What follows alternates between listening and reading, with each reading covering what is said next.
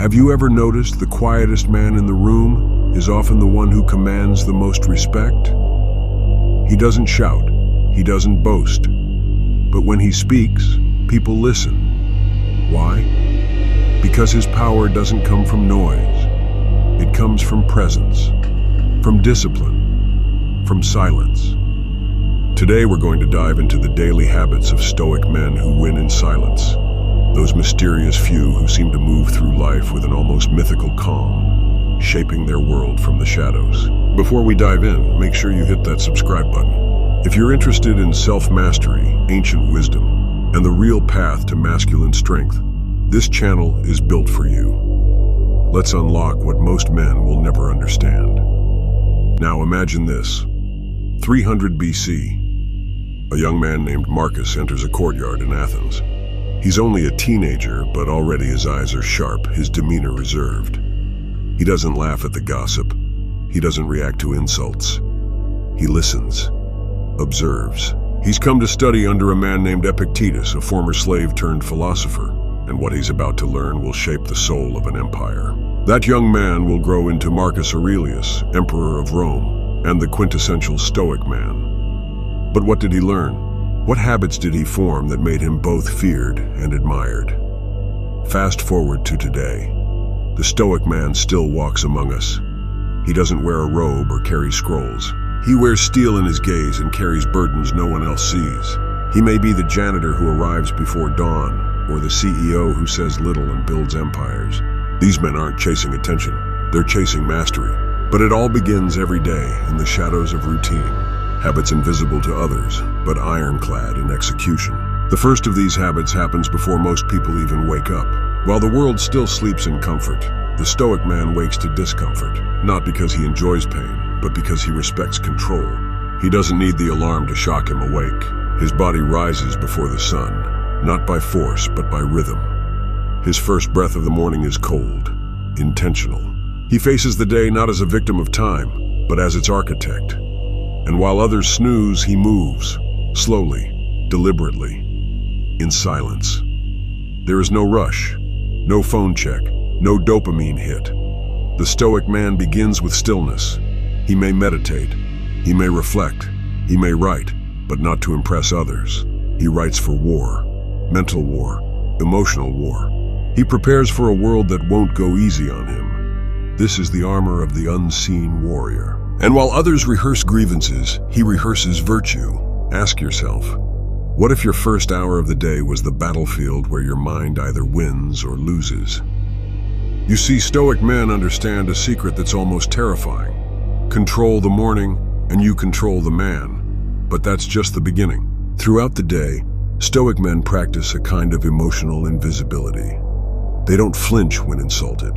They don't gloat when praised.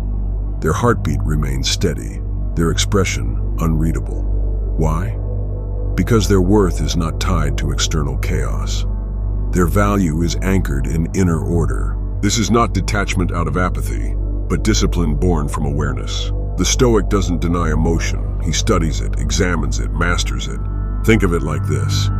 In a world addicted to reaction, the Stoic man chooses response. Where others post, rant, explode, he pauses. This silence is not emptiness, it's loaded with purpose. It's the pause of the swordsman before the strike, the breath before the verdict. And when he acts, it is decisive, minimal, and lethal. In a society obsessed with broadcasting every thought, the man who speaks less suddenly becomes powerful, magnetic, dangerous.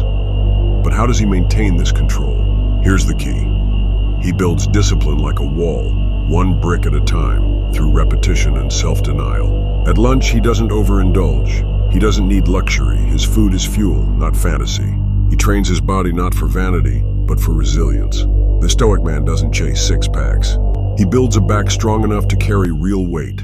His family, his purpose, his suffering. And he does it without applause, without posts, without hashtags. He practices what the Stoics called voluntary discomfort. Cold showers, fasting, long walks alone. Not because he's a masochist, but because he knows that comfort is a drug. And a man who is addicted to comfort is a man who can be controlled.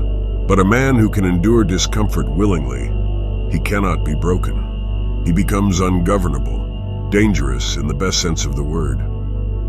That's why Stoic men choose silence. Silence from social media, silence from gossip, silence from noise. Because they know that every word they say is energy spent. Every complaint is a leak in the dam of focus. So instead, they conserve, they observe. And when they do speak, every word lands like a hammer. Now let's take a step back and ask something that might sting. When was the last time you chose to suffer on purpose? When was the last time you chose the harder path when no one was watching?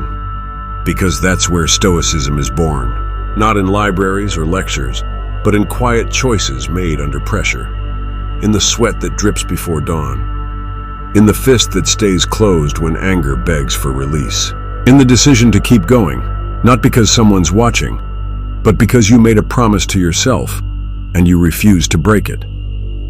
There's a story of a modern soldier who returned from war and said the hardest part wasn't combat. It was coming home to a world that had no discipline, no structure, no code. He said he missed the clarity of war, the simplicity of suffering.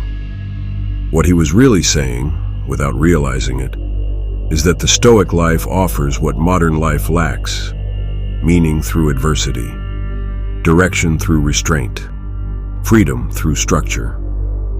And yet, these Stoic men who live with such control, what do they gain? Respect? Sometimes. Success? Often. But deeper than that, they gain peace.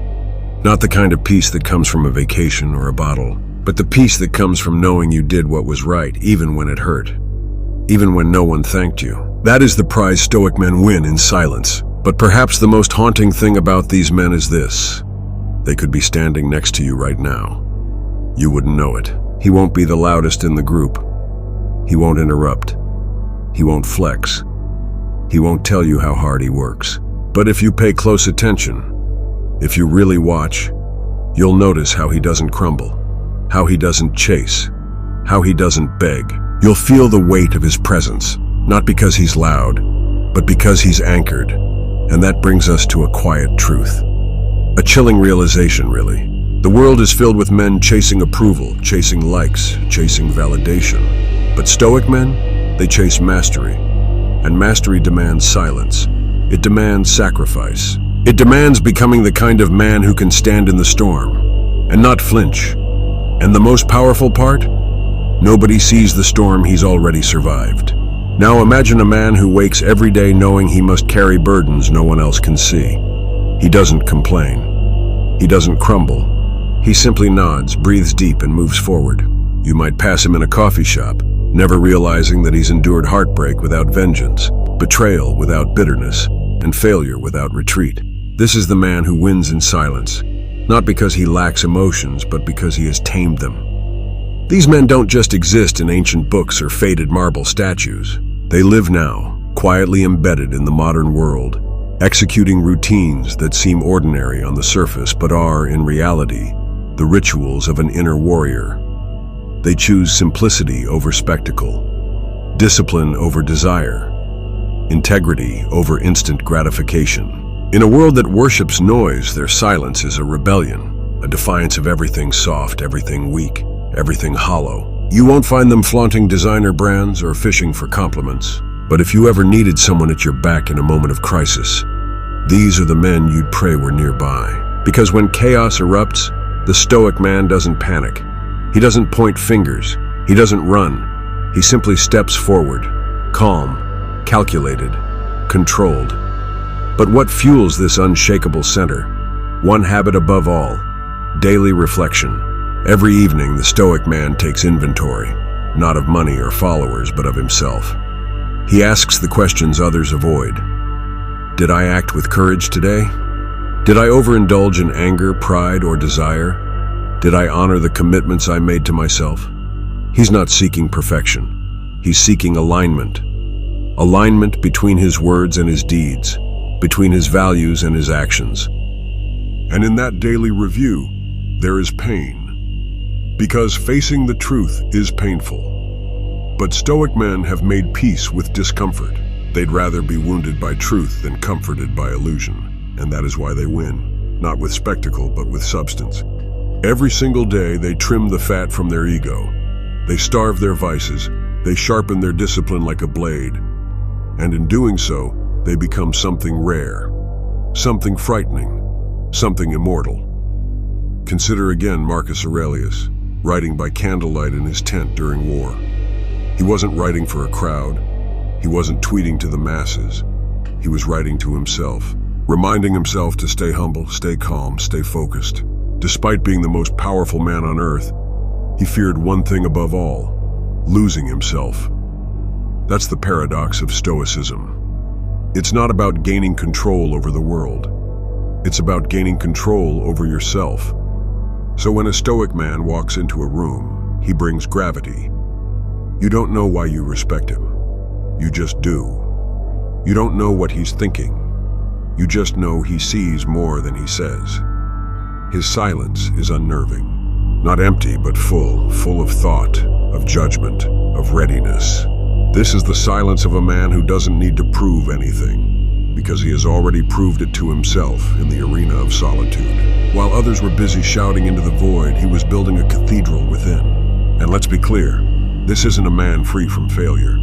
He's failed more than most. But here's the difference. He doesn't let failure define him. He uses it, learns from it, carries the scars not as shame, but as armor. That's why you can't break a Stoic man, because he's already broken himself and rebuilt stronger, not for applause, not for fame, but because he refuses to be a slave to emotion, to opinion, to impulse. Think about that.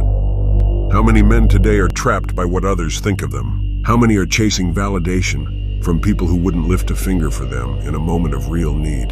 The Stoic man knows the truth. Popularity is cheap, character is costly, and he's willing to pay the price.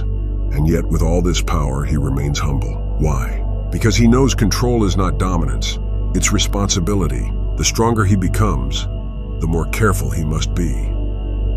Power is a burden, not a prize. That's why Stoic men are rarely flashy. They understand the weight of influence.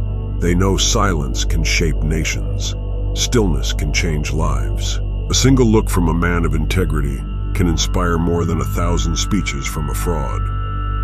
So why does this matter? Why should you care? Because in a world trying to mold you into a reactive, distracted, pleasure-chasing ghost of a man, the path of the Stoic offers an antidote. It offers something ancient, something real, a code, a compass, a way to build strength not just in your body, but in your soul. And it starts, not with some big dramatic decision, but with small daily habits: waking early, training your body, calming your mind, mastering your tongue, keeping your word, accepting hardship, studying truth, choosing integrity, especially when it costs you, and never ever letting the noise of the world drown out the whisper of your own conscience. You see, the Stoic man doesn't win because he's louder. He wins because he's rooted in values, in silence, in stillness.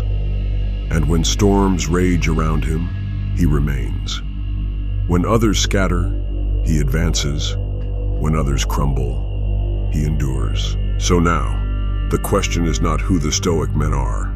The question is, will you become one? Will you rise early while the world sleeps? Will you stay calm while the world panics? Will you do what's right when no one's watching? Will you forge your discipline in silence, your courage in discomfort, your identity in adversity? Because the truth is simple and brutal. Men who win in silence are not born. They are forged, brick by brick, choice by choice, day by silent day. And the moment you begin, you've already left behind the man you used to be.